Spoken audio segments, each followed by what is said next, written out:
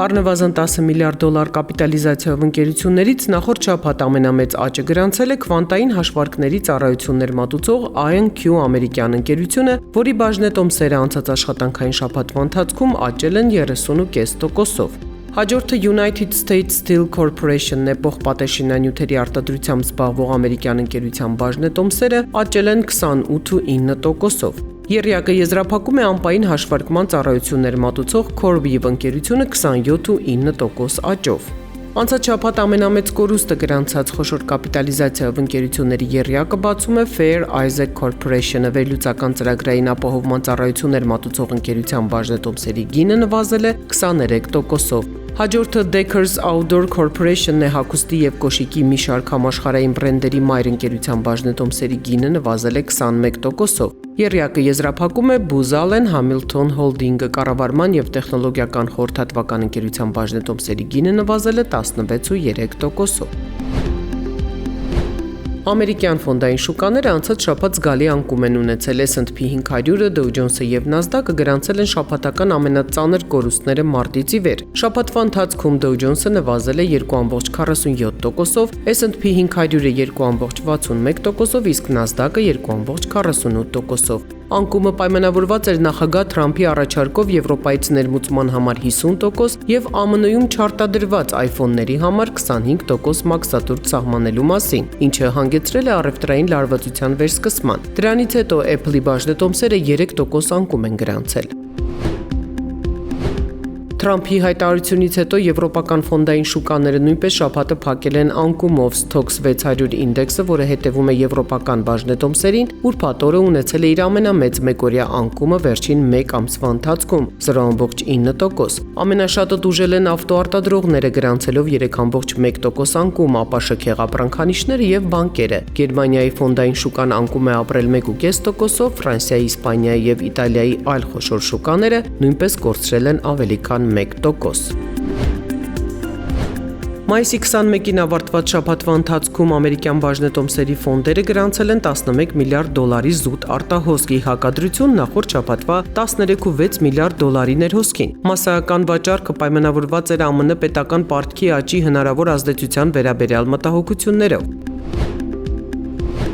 Անցած շաբաթ ամերիկյան 30-ամյա գանձապետական պարտատոմսերի եկամտաբերությունը հասել է վերջին 19 ամիսների առավելագույն մակարդակին։ Չնայած դրան ամերիկյան դոլարը թուլացել է։ Շաբաթվա ընթացքում հիմնական արժույթների նկատմամբ գրանցելով 1.8% անկում։ Պարտատոմսերի աճող եկամտաբերության եւ դոլարի անկման միջև այս անսովոր տարբերությունը մտահոգություններ է առաջացրել ներդրողների շրջանում։ Միջուկային էներգիայի ոլորտի բաժնետոմսերը զգալի աճ են գրանցել այն տեղեկությունների ֆոնին, որ նախագահ Թրամփը պլանավորում է նոր թափ հաղորդել միջուկային էներգիայի արդյունաբերությանը։ Թրամփը մասնավորապես պատրաստվում է հեշտացնել նոր ռեակտորների թույլտվության ստացման գործընթացները եւ ամրապնդել վառելիքի մատակարարման շղթաները։ Ուրանի արդյունահանման եւ միջուկային էներգետիկայի ընկերությունների բաժնետոմսերը զգալի աճ են գրանցել։ Uranium Energy-ն աճել է 11.8%-ով, Energy Fuels-ը 13%-ով, իսկ Centrus Energy-ն 19.6%-ով։ Alphabet-ի բաժնետոմսերը հասել են գրեթե 3 ամսվա բարձրակետին, ինչը պայմանավորված էր արհեստական բանականության նոր թարմացումներով։ Ընկերության կողմից արհեստական բանականության նորարարության վրա կենտրոնացումը ամրապնդել է ներդրողների վստահությունը, ինչը հանգեցրել է բաժնետոմսերի նկատմամբ պահանջարկի աճի։ 2025 թվականի մայիսի 26-ին Հայաստանի արժեթղթերի շուկայում տեղաբաշխվել է 3 միլիարդ դրամի պետական պարտատոմս, որոնք մարվելու են 2025 թվականի սեպտեմբերի 1-ին։ Հրապարակային աճուրդը ունեցել է 4 մասնակից, որոնց կողմից ներկայացված առաջարկությունների ընդհանուր ծավալը կազմել է 8.1 միլիարդ դրամ։ Տեղաբաշխված պետական պարտատոմսերի միջին կշռված գինը կազմել է 97.9 դրամ, իսկ եկամտաբերությունը 7.7%։ ԱՄՆ-ում մայիսին գործարար ակտիվությունը աճել է, ինչը պայմանավորված է Չինաստանի հետ մաքսատուրքերի պատերազմում ժամանակավոր հրադադարով։ Արդյունաբերության եւ ծառայությունների ոլորտի PMI ինդեքսը բարձրացել է մինչև 52.1 նախորդ ամսվա 56-ից հետո։ Այնուամենայնիվ զեկույցում նշվում է, որ գնաճի տեմպը առաջիկայում հավանաբար կաճի, ինչը մտահոգություններ է առաջացնում դաշնային պաուստային համակարգի համար։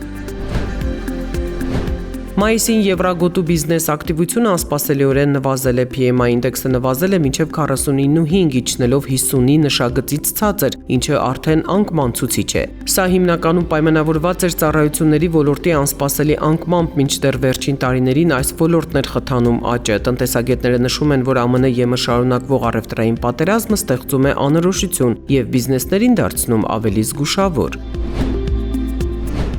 Եվրոպական հանձնաժողովը նվազեցրել է Եվրագոտու տնտեսական աճի իր կանխատեսվող ցուցանիշը ԱՄՆ-ի հետ շարունակվող առևտրային պատերազմի եւ դրա ընթացքի վերաբերյալ անորոշության պատճառով։ Եվրագոտու տնտեսությունը, ինչպես կանխատեսվում է, 2025 թվականին կաճի ընդամենը 0.9%-ով, նախապես կանխատեսված 1.3%-ի փոխարեն։ 2026 թվականի աճը նույնպես վերանայվել է 1.4%, նախկին 1.6%-ի փոխարեն։ Եվրամիությունում նշել են, որ այս նվազեցումը հիմնականում պայմանավորված է համաշխարհային առևտրի թուլացմամբ։